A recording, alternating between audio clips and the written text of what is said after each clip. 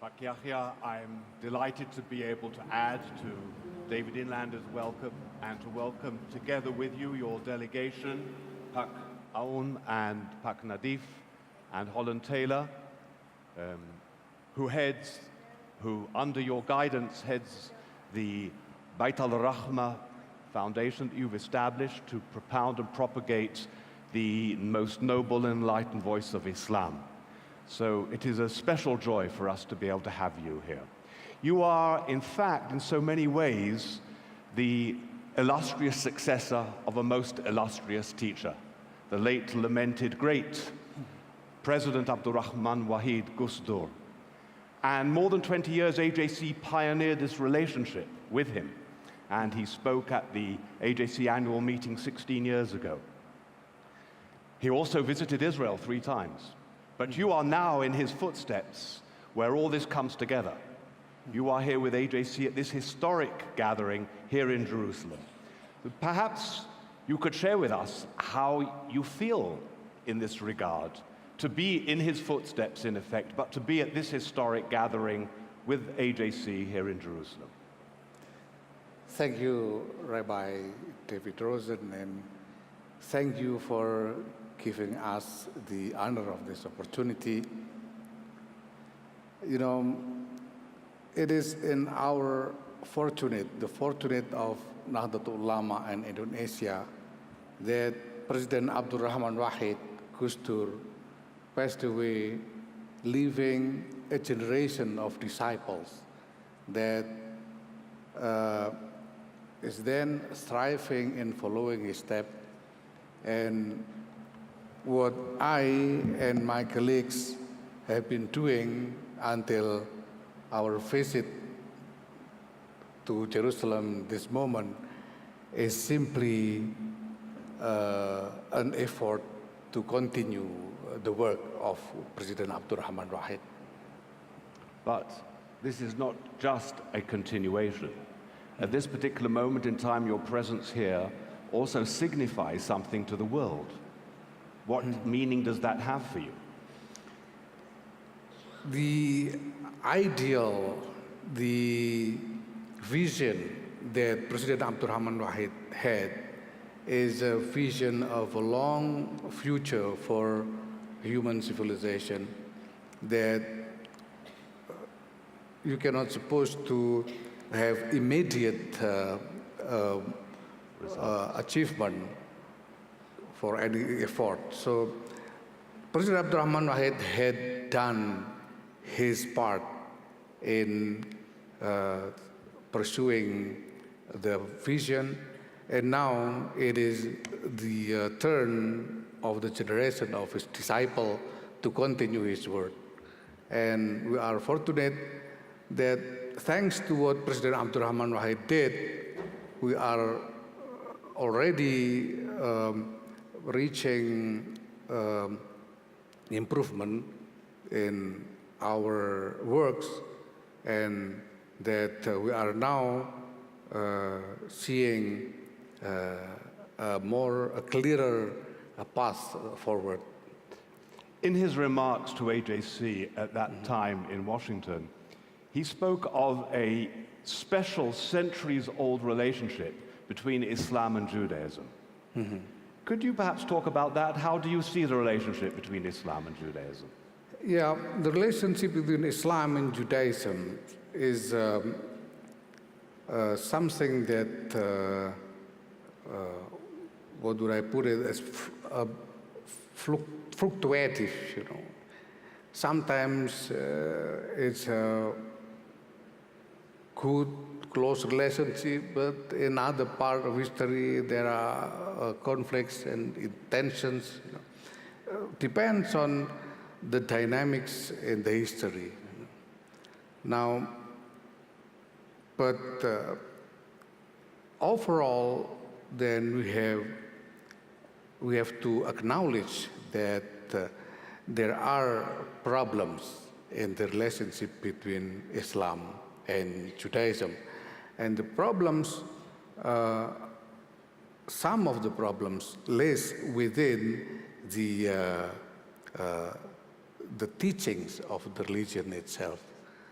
Now, in our current context of reality, people of religion, including Islam and Judaism, need to find a new way of first functioning the religion into the real life, and second, find a new moral interpretation on religion that will guide people from different religions to have more harmonious relationship with one another. So do you think, I assume you are indicating that it's possible to interpret certain texts in the Quran which are not always complementary to Jews, or certain hadiths which sometimes can be very problematic, that it's possible to interpret these in a way that is not going to remain obstacles to the relationship between Muslims and Jews? It's not just possible, but it is a must. See, because every verse of Quran was revealed in connection with a certain particular context of reality at that time. And also, the Prophet Muhammad, peace be upon him, when he said something, he said it in relation with the current, with a particular happening at the time. So the Quran and the Hadith are both basically a historical document that contains the guidance of morality in responding to particular situation. When the situation, the reality changes, then the manifestation of the spirit of morality should be changed also. So, relating to this, you, as Gusto before you, have emphasized the importance of combating extremism and of promoting a more enlightened approach. Do you think that you in Indonesia have discovered something special in this regard? Do you think you have something to be able to share with the world that has its own very significant place and vision? It is not about offering something from Indonesia, because Indonesia itself is not free from problems. We have our own problems. We have indeed a genuine local indigenous culture that helped the society to develop a harmonious relationship within heterogeneous environment. But yet we still have all this problem related to religion, including Islam. Now, what we are facing together now, the world is facing together, is a situation where there are conflicts everywhere in different parts of the world. And in those conflicts, almost consistently, religion is used as justification or weapon for conflict. Now,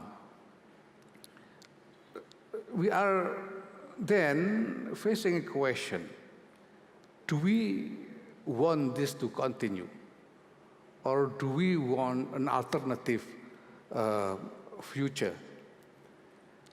If we want this to continue, the consequence is obvious. Nobody would survive with this kind of trending, increasing, troublesome situation. If we want an alternative, we have to alter our way in handling things. Now, while now religion is used as justification and weapon for conflict, we, people of religion, should ask ourselves, is it really the true function of religion? what is people doing now?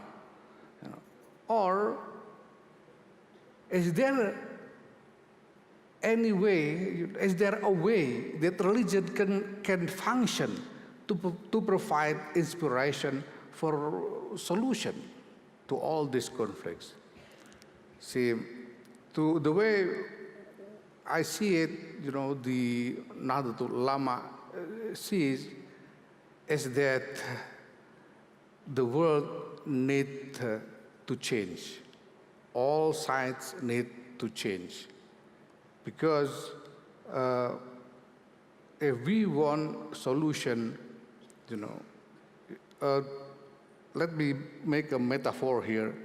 Doctor says that any medicine cannot work to people with diabetes or heart problem if these people don't change their lifestyle or diet.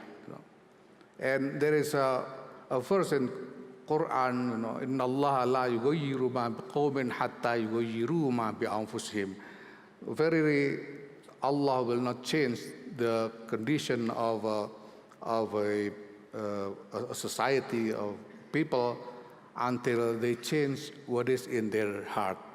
Now, we've been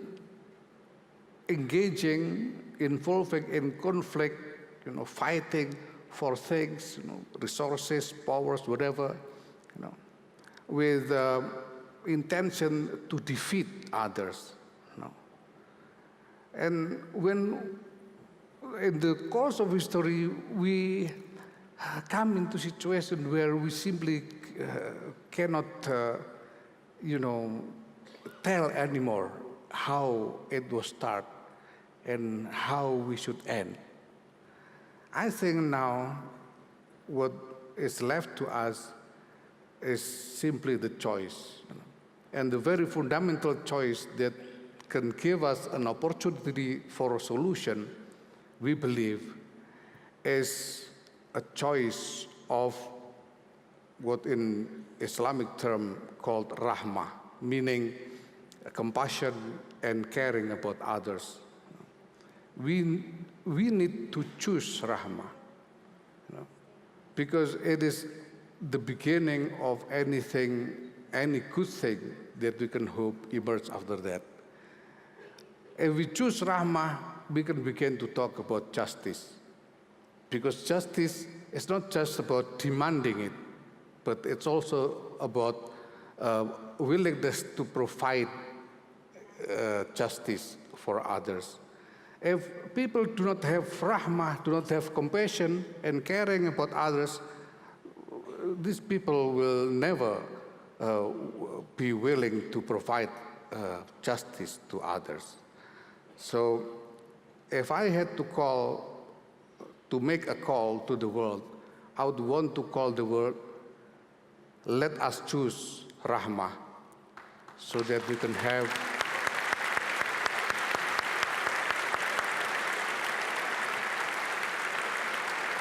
And of course, not for nothing, is God referred to in Islam as Ar-Rahman Ar-Rahim, the most compassionate, the merciful one. And in Jewish tradition as Har-Rahaman, the merciful one. And the Rachamim is considered to be therefore the demonstration of the divine attributes and the way we lead our lives. So this is perhaps the most dramatic indication of how close we are in spirit in terms of our religious tradition and heritage. Pak Yahya, we are deeply grateful to you for bringing this message of rahmah to us all.